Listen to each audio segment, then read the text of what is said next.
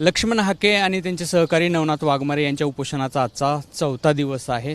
लक्ष्मण हाके आपल्याबरोबर आहेत. मुख्यमंत्र्यांविषयीची तुमची खरी ते तक्रार, त्यांच्याविषयीचा संशय, ते अनेक वेळा मनोज जरांगे यांच्या आंदोलनाच्या बाबतीत बोलतात किंवा त्यांनी तिथं उपोषण सोडण्यासाठी पुढाकार घेतला. हे एकमेव कारण आहे का तुमची त्यांच्या विरुद्धच्या तक्रारीचं? नाही, तसा विषय तसा नाही. आम्ही मुख्यमंत्र्यांना तुम्ही 12-13 करोड जनतेचे मुख्यमंत्री आहात याची आठवण करून देतो आहे. कारण हा मुख्यमंत्री कुठल्या धुंदीत आहे आम्हाला माहिती नाही. त्याच्याकडं पैशाचे खोके खूप आहेत हे आम्ही ऐकून आहे. आणि पैशाच्या खोक्यावर पुन्हा मी मुख्यमंत्री होणार असं त्यांचं एक परसेप्शन आहे या महाराष्ट्रामध्ये.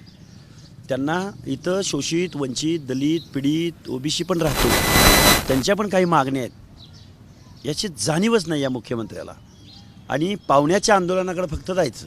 मग शंभूराज देसाई असो, बंडू जाधव असो किंवा अजून कोण भुमरे असो, फक्त पाहुण्यांच्या आंदोलनाकडे जातात, म्हणजे स्वजातीच्या आंदोलनाकडे जातात, पण ओबीसीच्या आंदोलनाकडे जात नाहीत. तुम्ही खरंच शिवाजी महाराजांच्या विचाराचे पाईक आहात का? तुम्ही खरंच बाळासाहेब ठाकरेंच्या विचाराचे पाईक आहेत का एकनाथराव? तुम्ही खरंच 12-13 करोड जनतेच्या दायित्वाची शपथेचा भंग केला आहे एकनाथरावांनी. एकनाथराव फक्त मराठ्यांच्या बाबतीत GR काढतात. त्यांनी GR बघा, कधी म्हणले गॅजेट काढतो, कधी म्हणले निजाम इस्टेट, हैदराबाद गॅजेट, परत सातारा गॅजेट, परत मुंबई गॅजेट, बॉम्बे गॅजेट तत्कालीन, आणि आत्ता काय काढलं आहे आज? देवीच्या लशीची नोंदणी झाली, त्याच्यात कुठं कुणबी लिहिलं म्हणून. अरे यांच्या बुद्धीची केव करावीशी वाटते या प्रशासनाच्या, की देवीची लस काय जात बघून दिली जाते का? काही शोध लावायला लागलेत. यांना रिसर्च अवॉर्ड दिला पाहिजे मुख्यमंत्र्याला. कायदा सुव्यवस्था आणि जातीसाठी वाटतील ती. संविधानाची शपथ विसरले, ते शपथेचा भंग केला यांनी. काल मनोज जरांगे यांनी एक आरोप केला आहे की तुम्हाला म्हणजे प्रकाश शेंडगे असतील किंवा पडळकर असतील, त्यांना कुठंतरी आव्हान देण्यासाठी भुजबळांनी आणि उपमुख्यमंत्री देवेंद्र फडणवीस यांनी तुम्हाला उभं केलेलं आहे. मनोज जरांगेच्या डोक्यात पाणी झालं आहे. अरे मनोज जरांगे, गोपीचंद पडळकर हे माझे सहकारी आहेत. मी कधीही त्यांच्याविरुद्ध काहीही बोललेलो नाही. आणि प्रकाश अण्णा शेंडगे हे माझे नेते आहेत.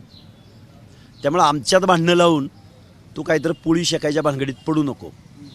पण तुला एक माझा सवाल आहे जरांगे, की तू एका बाजूला गादीचा सन्मान करतो छत्रपती शिवरायांच्या, आणि दुसऱ्या बाजूला आमचे छत्रपती संभाजीराजे असोत किंवा श्रीमंत उदयनराजे असोत, त्यांच्या बाबतीमध्ये खाजगीत तू काय काय बोलला आहे हे सांगायला लावू का महाराष्ट्राला? सांगू का? तुला तुझी गादी निर्माण करायची आहे. अरे गादी निर्माण व्हायला सर्वसमावेशक भूमिका घ्यावी लागते. शिव्या देऊन गादी निर्माण होत नसते.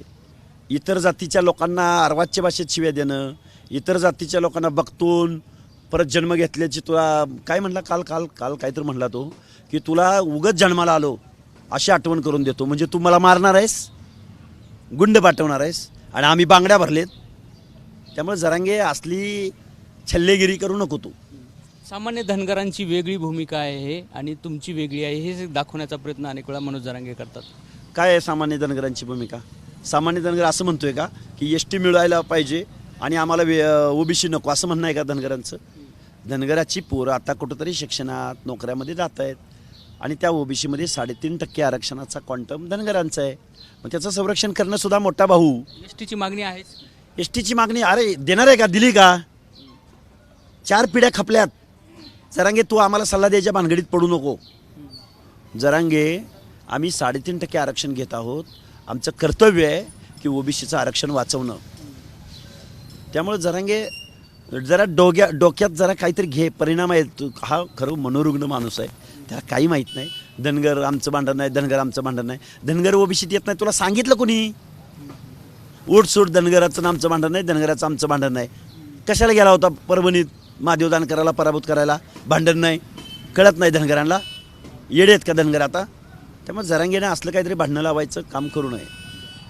आज बंडू जाधव म्हणजे काल रात्री संजय जाधव यांनी, खासदार जे आहेत परभणीचे, त्यांनी भेट घेतली त्यांची. तुमच्या इथं आलेले दिसलेले नाहीत. हां, बंडू जाधव पाहुण्याच्या आंदोलनाला भेट द्यायला गेले ना. आणि मी वारकरीन, मी आध्यात्मिकन. हे तुझं आध्यात्मिक आहे का? हा तू वारकरी आहे का? त्या पंढरपुरात आला ना, आमचे सगळे 18 पगड जातीची लोक तुझी सेवा करतात. नावं घेऊन सुद्धा सांगू शकतो. आमची अभंगराव मंडळी वगैरे. ते अभंगराव मंडळी वगैरे ओबीसीमध्ये येतात, विजय एनटीमध्ये येतात. त्यांचा मेवा खातो तू तिथं जाऊन, आणि इथं मात्र पाहुण्याच्या आंदोलनाला भेट देतो. लाज वाटते असल्या खासदाराची. काय कायद्याच्या सभागृहात आमच्याबद्दल बोलल हा? तुम्ही आता एक उल्लेख केलेला होता की छत्रपतींच्या बद्दल काही खाजगीत ते बोलतात म्हणून. ते म्हणजे हे नेमकं कळलं कसं आणि तुम्हाला काय माहिती आहे? अहो, तो छत्रपती संभाजीराजांबद्दल आणि उदयन महाराजांबद्दल तो खूप काही बोललेला आहे बरं का. ते महाराष्ट्राला बऱ्यापैकी माहिती आहे, पण माझ्या तोंडून ऐकू नका. कारण जरांगे हा नासक्या डोक्याचा माणूस आहे. नासका कांदा म्हणलं तर वावगं ठरणार नाही. आम्ही सुद्धा आजही रयतेचा महाराष्ट्राची तमाम जनता छत्रपती शिवरायांच्या गादीला सलाम करते, त्यांच्या वारसांना सलाम करते. वारसांनी मात्र जबाबदारीचं भान ठेवलं पाहिजे. उदयन महाराजांचा आम्ही सन्मानच करतो. छत्रपती मोठे राजे आहेत, शाहूराजे, त्यांचा आम्ही आजही सन्मान करतो. कारण ते 18 पगड जातीची भाषा बोलतात, रयतेची भाषा बोलतात. पण हा जरांगे नावाचा माणूस त्या छत्रपतींच्या वारसांना सुद्धा खालच्या भाषेत बोललेला आहे. त्यांना सुद्धा त्यानं आव्हानाची भाषा केलेली आहे. त्यामुळे जरांगे, तू आमच्या धनगरात भांडणं लावण्यापेक्षा तुझ्या बुडाखाली काय जळतंय हे जर महाराष्ट्राला सांगायची वेळ आली ना, तर तुला हेच मराठा बांधव तुला तुडून तुडून तुडून तुडून तुझी जागा दाखवतील. काल एक बोलताना मनोज जरांगेंनी सांगितलंय की धनगर समाजातल्या काही गरीब धनगरांनी त्यांच्या नेत्यांना समजून सांगावं, नाहीतर आम्ही जसंच तसं आव्हान देऊ, अशा प्रकारची एक त्यांची भूमिका आहे. अरे जरांगे, तू धनगराच्या नादाला लागू नको. दिल्लीचेही तख्त राखितो मराठा माझा, मराठा नव्हे. आणि त्याचं नेतृत्व सुभेदार मल्हारराव होळकर करतो माझा. आटकेपार झेंडा फडकवणाऱ्याच्या या भूमिकेमध्ये कोण होतं, तर त्याचं नेतृत्व मल्हारराव होळकर करत होते. दिल्लीच्या तख्तावर 3 वेळा बादशाला बसवण्याचं काम कोणी केलं, तर ते सुभेदार मल्हारराव होळकरांनी केलंय. ही म्हण तुमची नव्हं, ही म्हण आमची आहे. कारण नर्मदेच्या तीराच्या पलीकडं सरग वाळवंटामध्ये युद्ध करणारे होळकर होते. महाराजा यशवंतराव होळकराच्या हातात, दोन्ही हातात तलवार होती. त्यामुळं असली चॅलेंजची भाषा आमच्याशी करू नको जरांगे.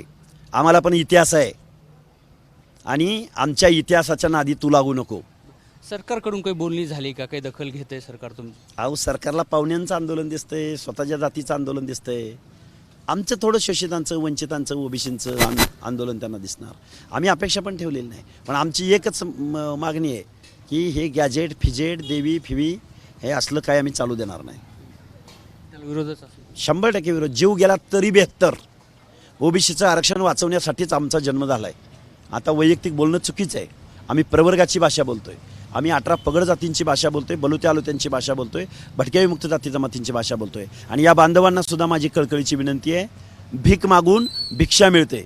लढाईची तयारी ठेवा, संघर्षाची तयारी ठेवा. महाराष्ट्र कोणाच्या बापाचा नाही, महाराष्ट्र तुमचा आमचा आहे. बरं, तुम्ही आता सरकारच्या आश्वासनाशिवाय इथून हलणार नाही? सरकारचं आश्वासनाशिवाय तर हलणार नाहीच. लेखी उत्तर मिळालं तर लवकर उपोषण संपेल. पण लेखी आश्वासन नाही मिळालं तर आम्ही संघर्षाच्या पावित्र्यामध्ये जाऊ, पुढच्या आंदोलनाची दिशा ठरवू.